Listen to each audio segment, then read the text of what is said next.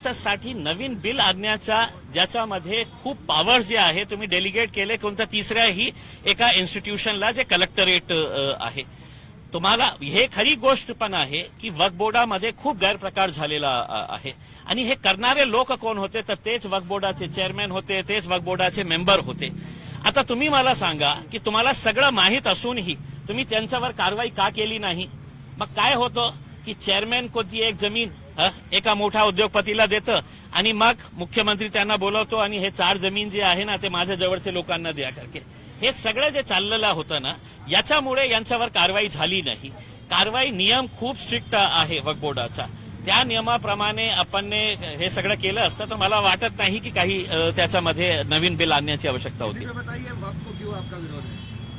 Bill को क्यों विरोध है आपका? जी अकेले मेरा विरोध नहीं है. कल अगर आप देखेंगे तो आंकड़े बता रहे हैं कि जब वोटिंग ली गई है, जब डिवीजन की मांग की गई थी तो अंतर कितना था. सिर्फ 50 खासदार इधर थे तो आपने पूरा का कानून है तो वहां पर ले लिया था करके.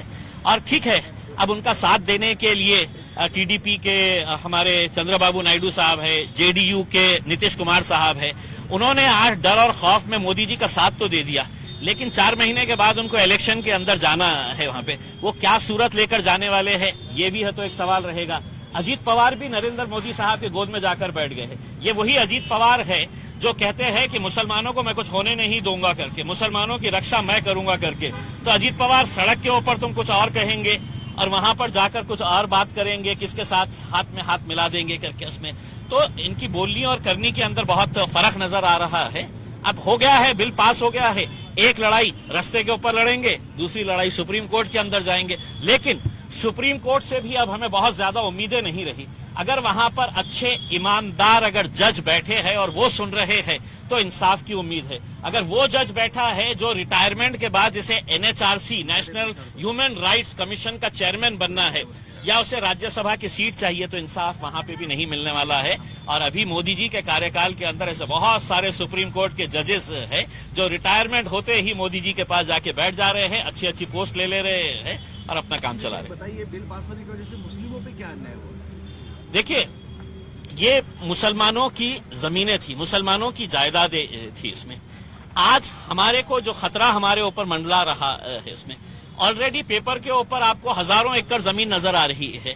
ये जमीनें वापस किस तरह से ली जा सकती है इसके लिए कायदा बनाने की जरूरत थी. इसके अंदर पूरे बिल के अंदर कहीं कोई प्रावधान नहीं है.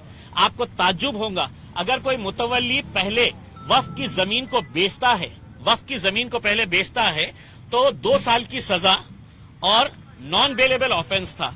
अमित शाह जी ने इतने खुश हो गए हैं कि चलो मैं मुसलमानों को तो ये लेकिन मेरी इनकी जमीनें जो बेच रहा है तो 2 साल की सजा कम करके उसको 6 महीने कर दिए हैं और जो बेलेबल नॉन बेलेबल ऑफेंस था उसको बेलेबल ऑफेंस कर डाले हैं.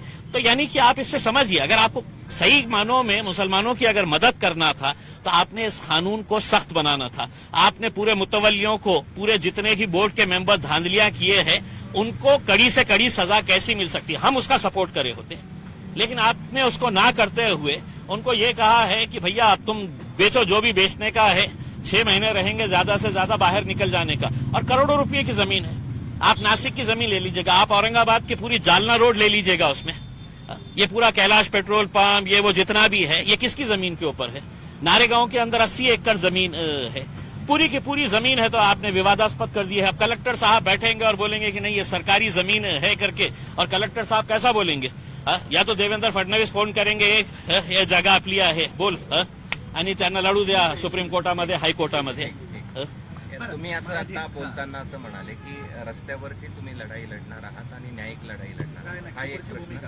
आणि तुम्ही अजित पवारांचा देखील उल्लेख केलेला आहे या सगळ्या संदर्भात. अशा अनेक पक्ष आहेत. नाही काय आहे की अजित पवार मागच्या 2-4 महिन्यापासून आपण बघत असेल ज्यावेळी मुस्लिम समाजाविरोधात काही आमदार प्रक्षोभक भाषणं करत होते, स्टेटमेंट्स देत होते तर अजित पवारनी पब्लिकमध्ये जाऊन, मुस्लिमांच्या शीरखुर्माच्या पार्टीमध्ये जाऊन, इफ्तारच्या कार्यक्रमामध्ये जाऊन ते हे बोलले होते की नाही मुस्लिमांसोबत मी उभे आहे. मग जेव्हा मुस्लिम समाजाला तुमची गरज होती, मुस्लिम समाजासाठी तुम्हाला हे ताकद द्यायची होती तर तुम्ही मोदी साहेबांसोबत गेले. म्हणजे दिखाने के दांत कुछ और है और खाने के दांत कुछ और है. आपने एक दूसरा सवाल ये किया है की All India Muslim Personal Law बोर्डने ऑलरेडी हे घोषणा केलेली आहे की आम्ही आउटराईटली हे बिलचा विरोध करत आहे, रिजेक्ट करत आहे. आणि मागच्या जुम्मे की नमाज में त्यांनी हे घोषणा केली होती, नमाज अदा करण्यासाठी जाताना तुम्ही काली फीत लावून तुम्ही आपला आक्रोश दर्शव. आता बिल पास झालेलं आहे, जे काही निर्णय ते घेतील ते रस्त्यावर आम्ही लढण्यासाठी तयार आहे. ठीक आहे, धन्यवाद. जे काही निर्णय ते घेतील ते आम्ही करणार. मालूम है अजित पवार का लेना चाहते हैं.